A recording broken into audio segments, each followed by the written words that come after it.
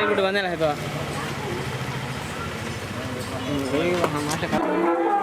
ಕೂತ್ಕೊಳ್ಳಿ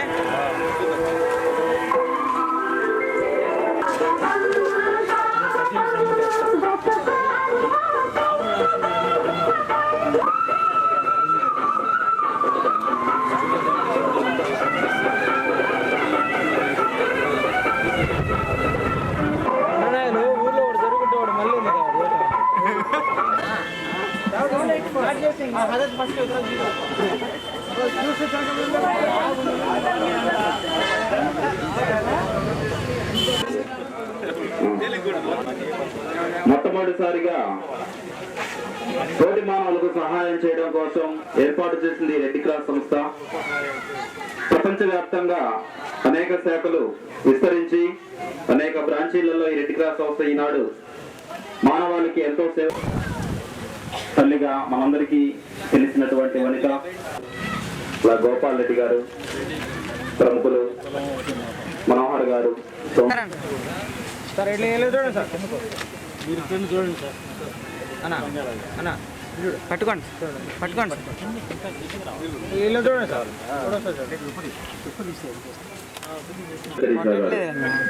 మన దేశం కాకపోయినా వాళ్ళ కోసం ఆశ్రమాలు నిర్మించి నిర్మల హృదయాన్ని ఏర్పాటు చేసి ఎంతో మందిని ఆదుకున్నటువంటి తల్లి. మన దేశంలో కూడా అనేక స్వచ్ఛంద సేవా సంస్థలు వెలవడం, ప్రజలకు సేవ చేయడం జరుగుతూ ఉంది. ఆమె వేదిక మీదకి రావాల్సిందిగా కోరుతున్నాం.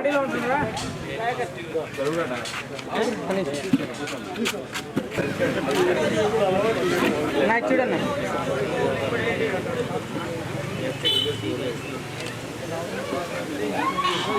ఉన్నతమైన వైద్య అవకాశాలను కల్పిస్తూ అలాగే అవసరమైన వారికి రక్తం సరఫరా చేస్తూ వాళ్ళ అవసరాలకు ఆదుకుంటూ స్థాపించడానికి ఒక వ్యక్తి ముందుకొచ్చారు. ఆయనే శ్రీ సూర్యచంద్ర సేవా సంస్థ ప్రెసిడెంట్ గారు డివి మనోహర్.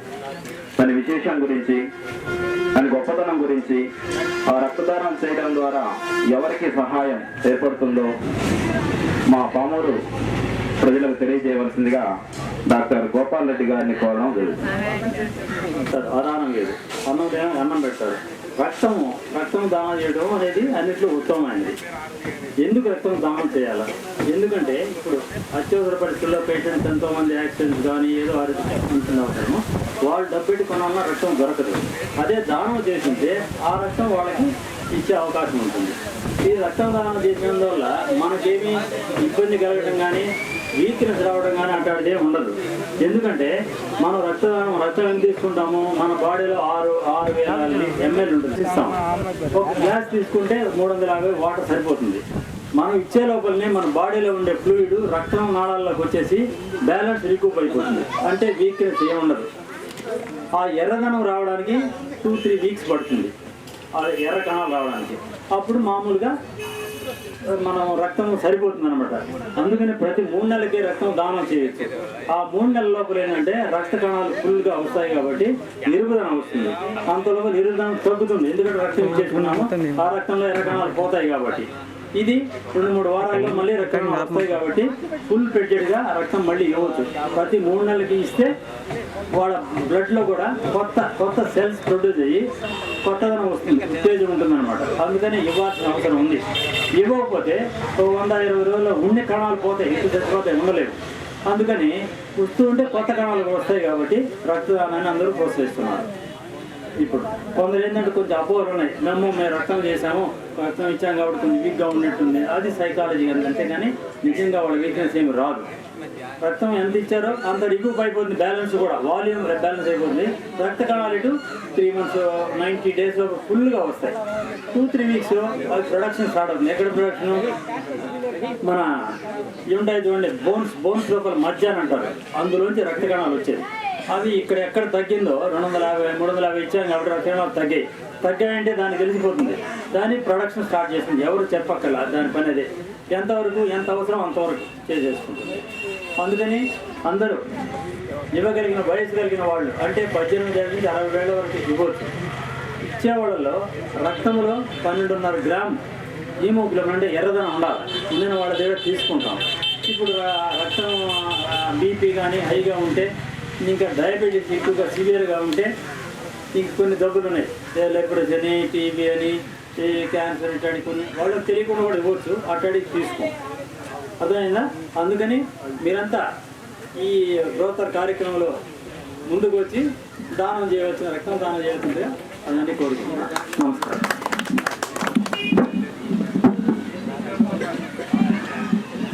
Thank you sir. రక్తదానం చేస్తే మనకు ఎలాంటి అవకాశం ఉంటుంది, మనకి ఎలాంటి బెనిఫిట్స్ ఉన్నాయో సార్ గారు బాగా తెలియజేశారు. Thank you very much.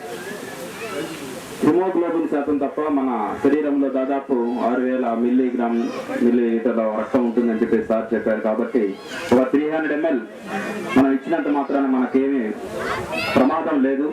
దానివల్ల మనకి ఇంకా కొత్త బ్లడ్ ఇంప్రూవ్ అయ్యి కొత్త ఉత్సాహం వస్తుందని చెప్పేసి సార్ గారు చెప్పారు. కాబట్టి ఇవన్నీ మన దృష్టిలో ఉంచుకొని అపోహలు తొలగించి వేసి మన రక్తం కూడా ఇతరులకు ఉపయోగపడాలి అనేటువంటి నేపథ్యంలో అందరూ ముందుకు వచ్చి రక్తదానం చేయవలసిందిగా కోరుతున్నాం. ఈ అవకాశం రావడమే మనకు అరుదు. వచ్చిన అవకాశాన్ని సద్వినియోగం చేసుకోగలిగితే మనంత అదృష్టవంతులు మరొకరు ఉండరు. అలాగే స్థానికంగా మంచి పేరు ప్రఖ్యాతి సాధించినటువంటి డాక్టర్ గారు శ్రీ రామినేని రంగారావు గారు కూడా తమ అమూల్యమైనటువంటి సందేశాన్ని తెలియజేయవలసిందిగా కోరుతున్నాం.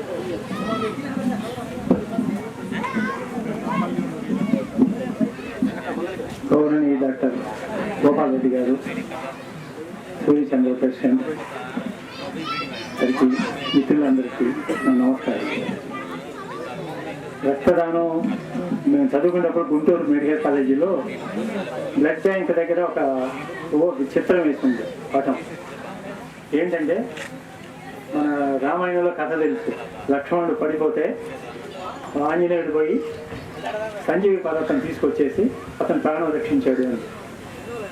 వాళ్ళు వేసిన దాంట్లో సంజీవి పర్వతంలో రక్తం శేషాన్ని వేశారు.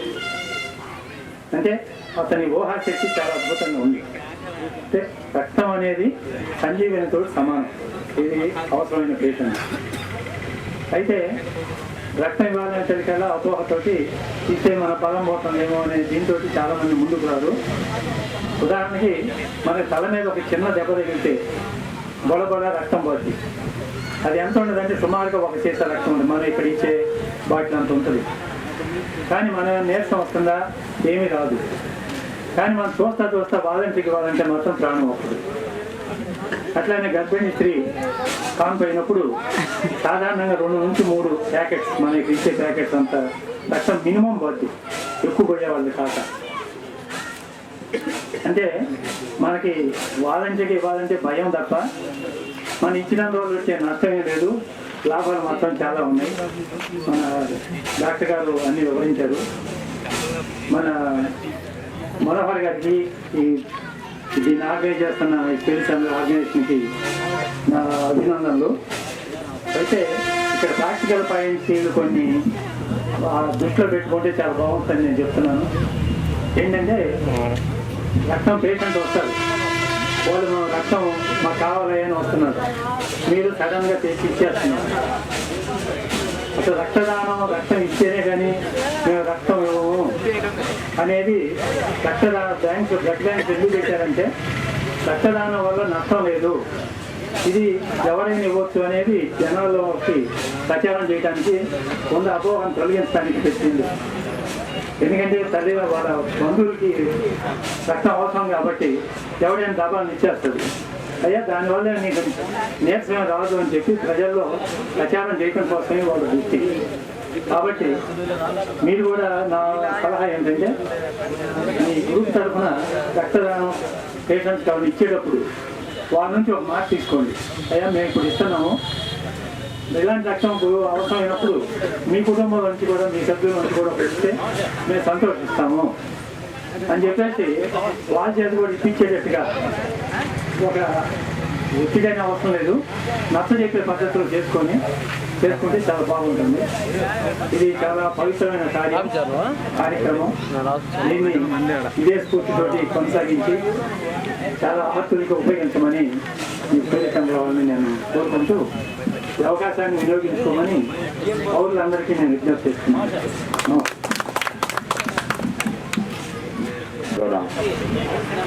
చాలా మంచి సందేశాన్ని ఇచ్చారు. అలాగే సొసైటీ తరఫున బ్లడ్ ఇస్తేనే బ్లడ్ ఇస్తామనే మనకు సందేహాన్ని కూడా ఆయన తొలగించారు. ఎందుకనేది ఆ మాట ఎందుకు అంటున్నారు అనేది కూడా మనకు పూర్తిగా తెలియజేశారు. తర్వాత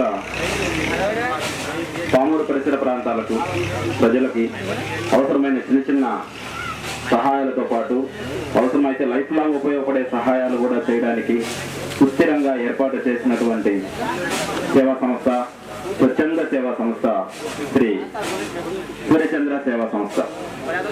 ఈ సంస్థకు కర్త, కర్మ, క్రియ ఈ మూడు కూడా ఒక వ్యక్తి.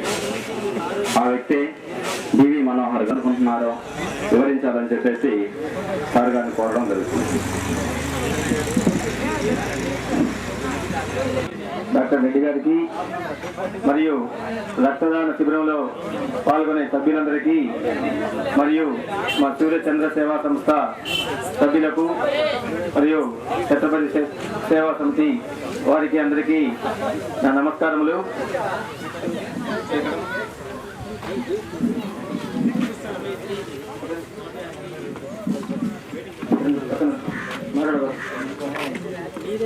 ఈనాడు ఈ కార్యక్రమం జరగడంలో మేము ఒక 3 months back Ongole red cross society వాళ్ళకి రక్తదాన శిబిరం ఏర్పాటు చేసినాము.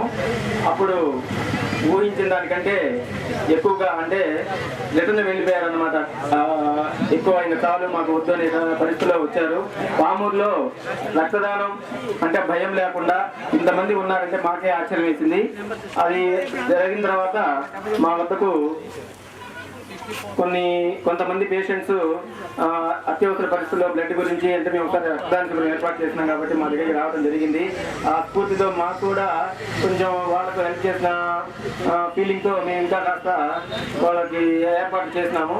కానీ ఇప్పుడు మాకు అర్థమైన డాక్టర్ రంగారావు గారి సలహా మేరకు మాకు అర్థమైంది ఏంటంటే వాళ్ళు ఎటువంటి పరిస్థితుల్లో వచ్చినా వాళ్ళకి సెట్ కానందు వల్ల మనం ఇస్తున్నాం కాబట్టి వాళ్ళ దగ్గర హామీ తీసుకొని వాళ్ళ ఈసారి మాకు అవసరమైనప్పుడు మీరు బ్లడ్ ఇవ్వాలి అని చెప్పడం కూడా ఎంతో మాకు మంచి అవకాశం ఇచ్చారు డాక్టర్ గారు. మేము 2 బాటిల్స్ అట్లా వాళ్ళు చాలా మంది వస్తున్నారు.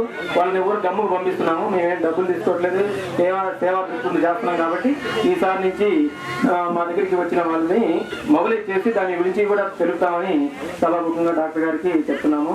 ఆ తర్వాత త్వరలో మా సంస్థ తరఫున వచ్చే ఆదివారం గ్యాస్ట్రిక్ ట్రబుల్ క్యాంప్ కూడా ఉంది.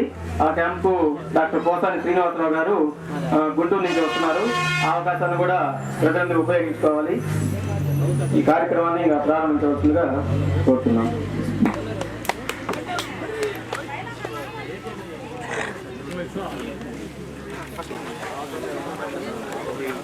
ఇష్ట ప్రకారం తీసుకుంటుండగా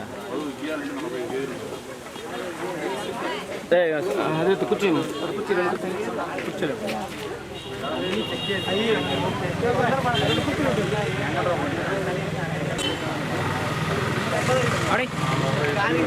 అటంటే అడయి అడైతా సరక్ సరక్ సరక్